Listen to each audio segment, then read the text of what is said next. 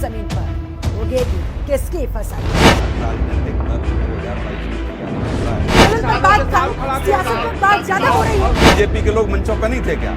आप बताओ, इस देश के प्रधानमंत्री को चुनिया तक सौंप दी गई थी महंगाई को लेकर। क्या कुछ कमियां रखी उस पर आप ज्यादा बात कर रहे हैं। मैं मानूंगा कि सरकार की कहीं न कहीं नाकामी है। की परिस्थिति किस तरफ इशारा करती है? मानस से कोई नाराज है सरकार की नीतियों से, तो उसको आंदोलन करने का हक है।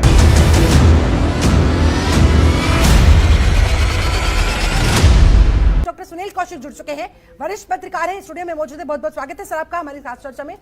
डॉक्टर सुनील कौशिक, जल्दी से आपका विश्लेषण क्या कहता है? आज प्रियंका गांधी जिस तरह से सहारनपुर पहुंची, किसानों की चिंता दिखाती है उनकी, या फिर 2022 की तैयारियां? 2022 की चिंता ज्यादा नजर आती है। नहीं, देखो, हर राजनीतिक दल 2022 की तैयारी कर रहा है और हर राजनीतिक दल को ये सोचना पड़ेगा कि वोट बैंक कहां से मिलेगा। हाँ। ऐसे कौन से मुद्दे हैं जहां जनमानस सरकार से खफा है, सरकार से नाराज है। जहां सरकार से जो भी समुदाय नाराज है वहां विपक्षी दल जाएंगे और जाना भी चाहिए, यही लोकतंत्र है। दूसरा, राजनीति, अभी बीजेपी के प्रवक्ता कह रहे थे कि कांग्रेस राजनीति कर रही है। राजनीति तो सारे राजनीतिक दल करते हैं, आप भी राजनीति करके आए हैं। और जब राजनीति नहीं होगी जनता से जुड़े मुद्दों पर तो कैसे होगा? जितने भी बड़े बड़े आंदोलन आप देखिए, आज 2014 में सत्ता में आई बीजेपी, तो वो भी एक बड़े आंदोलन के कारण आई। जब अन्ना जी का आंदोलन भ्रष्टाचार के खिलाफ था, तो एक जनमानस की उम्मीद थी कि बीजेपी आएगी, मोदी जी आएंगे तो कुछ न कुछ देश बदलेगा। तो ऐसे तमाम आंदोलन रहे हैं। क्या कांग्रेस ने 1988 में जो किया, किसानों पे लाठीचार्ज, गोली चली, तो आंदोलन नहीं था क्या? या आज आंदोलन है तो आंदोलन नहीं है? जनमानस से कोई नाराज है सरकार की नीतियों से, तो उसको आंदोलन करने का हक है। और विपक्ष की राजनीतिक दलों का भी दायित्व बनता है कि वो उनके साथ आकर के कंधे से कंधा मिलाकर के जनता, सरकार की आंखें खोलने का प्रयास करें कि हम आपकी नीतियों के कारण इससे असहमत हैं, सहमत नहीं है। और वो सरकार का काम होता है कि वो उनको समझा पाती है कि नहीं समझा पाती है। 2 महीने से ज्यादा यदि किसान आंदोलन को हो गया और ये सरकार नहीं समझा पा रही है, तो मैं मानूंगा कि सरकार की कहीं ना कहीं नाकामी है। बिल्कुल कह सकता हूं ड्राफ्ट बहुत अच्छा है, लेकिन यदि कोई मुट्ठी भर लोग यदि आपसे नाराज हैं, आपकी नीतियों से नाराज हैं, तो यह सरकार का दायित्व बनता है कि उस जनमानस को, उन समुदायों को वो समझाने का प्रयास करें। कल राज्यसभा में भी कहा, आज भी राज्यसभा में बातें रखी हैं प्रधानमंत्री जी ने। अब उससे कितना सहमत किसान संगठन होते हैं कि नहीं होते हैं? विपक्ष का दायित्व होता है, विपक्ष की जिम्मेदारी होती है कि अगर कोई भी समुदाय देश के अंदर किसी मुद्दे को लेकर आंदोलन करता है तो उसकी आवाज बने, और यही समय हमारा विपक्ष कर भी रहा है। लेकिन फिर क्यों सत्ता दल की तरफ से कह दिया जाता है कि विपक्ष तो एक्सपोज हो रहा है? मुख्तार अब्बास नकवी की भी बात आज आपने सुनी। नहीं, देखो, एक्सपोज क्या हो रहा है उसमें? आप मुझे बताइए, किसान आंदोलन की जो आप बात कर रहे हैं, तो कल मिलाकर आप 2013 के किसानों के आंदोलन को आप देखिए, बीजेपी के लोग मंचों पर नहीं थे क्या? आप बताओ, इस देश के प्रधानमंत्री को चुनिया तक सौंप दी गई थी महंगाई को लेकर के, तो क्या वो आंदोलन नहीं था? क्या वो लोकतांत्रिक देश में ये कहीं गुंजाइश नहीं बचती कि प्रधानमंत्री को चूड़ियां सौंपी जाएं?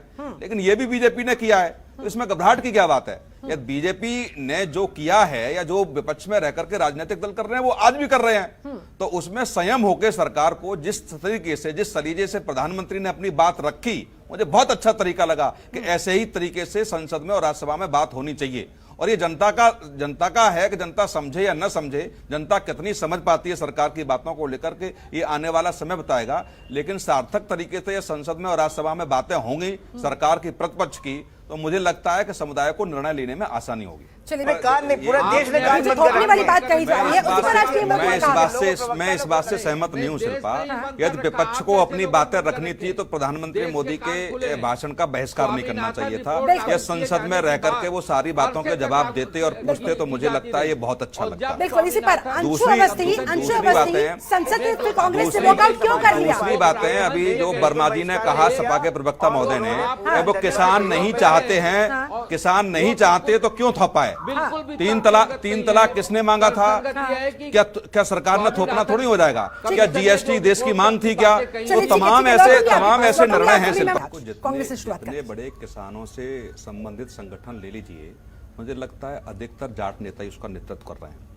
और लोकदल जो था अजीत सिंह जी का, चौधरी चरण सिंह उसमें रहे पहले, तो चौधरी चरण सिंह की बड़ा कमांड इस पे थी। और आज बड़े मंच पे ये कहा भी टिकैत साहब ने कि अजीत सिंह को हराना हमारी बड़ी गलती थी। तो लगभग 50-55 सीटें कुल मिलाकर किसानों के नाम पर ये जो आंदोलन चलता आ रहा था, कहीं ना कहीं ये जाट आंदोलन बनता हुआ, जाटों की पूरी ताकत अब इस आंदोलन के पीछे नहीं, ऐसा नहीं कह सकते, लेकिन दिल्ली के क्योंकि नजदीक राकेश टिकैत फिलहाल इसका प्रमुख चेहरा दिखाई दे देखो, रहा है। दिल्ली के नजदीक ऐसा नहीं है। जब भानु जी को ले लो, वो फिरोजाबाद से बिलोंग करते हैं, वो भी अपने राष्ट्रीय अध्यक्ष हैं। लेकिन एनसीआर में यदि आप देखेंगे, दिल्ली के नजदीक के जाट बाहुल क्षेत्र आता है और जितने भी बड़े आंदोलन होते हैं तो दिल्ली के आसपास के क्षेत्र उसका नेतृत्व करते हैं, चाहे हरियाणा हो, पंजाब हो, इधर अपना उत्तर प्रदेश का पश्चिमी भाग ले लो, ये अधिकतर आंदोलन में प्रतिभाग रहता है इनका। तो इनके चेहरे जो होते हैं वो जनता के सामने बड़ा सजगता से आते हैं। इसलिए हम कह सकते हैं कि जाट समुदाय ज्यादा जुड़ा हुआ है, लेकिन सारे लोग जुड़े हुए हैं। लेकिन जब कोई नेतृत्व किसी जाति का करता है तो ये असर होता है। अब जैसे उत्तर प्रदेश में समाजवादी पार्टी को ले लो, जब मुलायम सिंह जी निकल के आए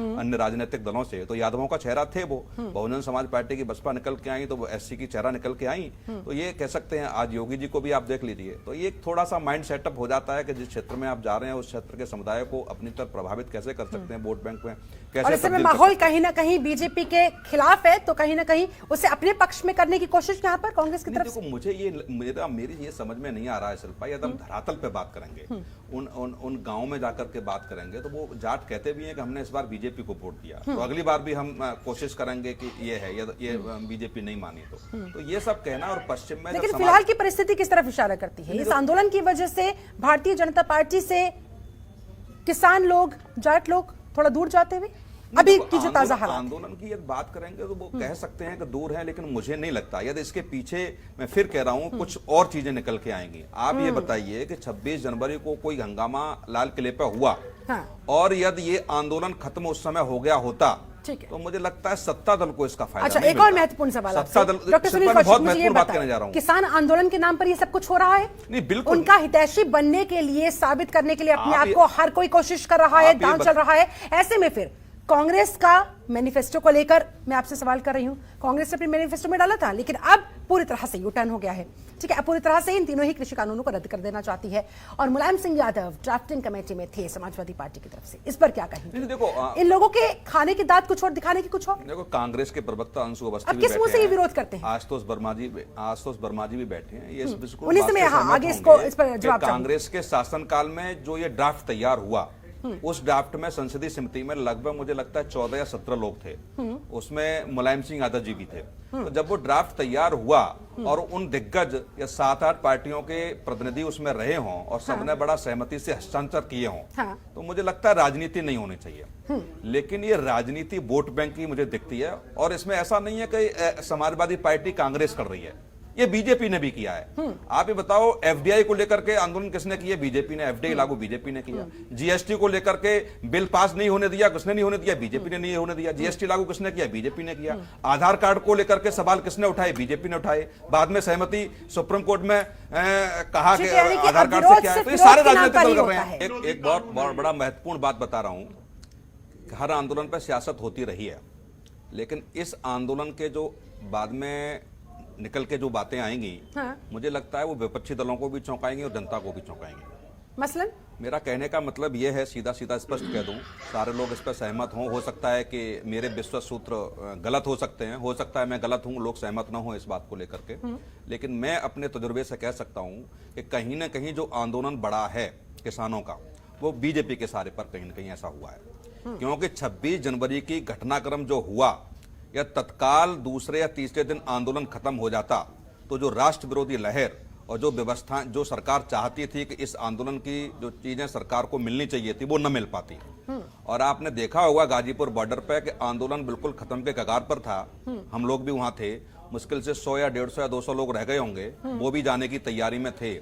ऐसा क्या घटनाक्रम हुआ कि आंदोलन दोबारा पुनर्जीवित हो गया? ये विपक्षी राजनीतिक पार्टियों को भी समझना होगा आखिर में कि जिस आंदोलन के साथ वो खड़े हैं, उस आंदोलन के पीछे कौन है। दूसरा, टिकैत साहब कहते हैं कि अक्टूबर तक आंदोलन चलेगा।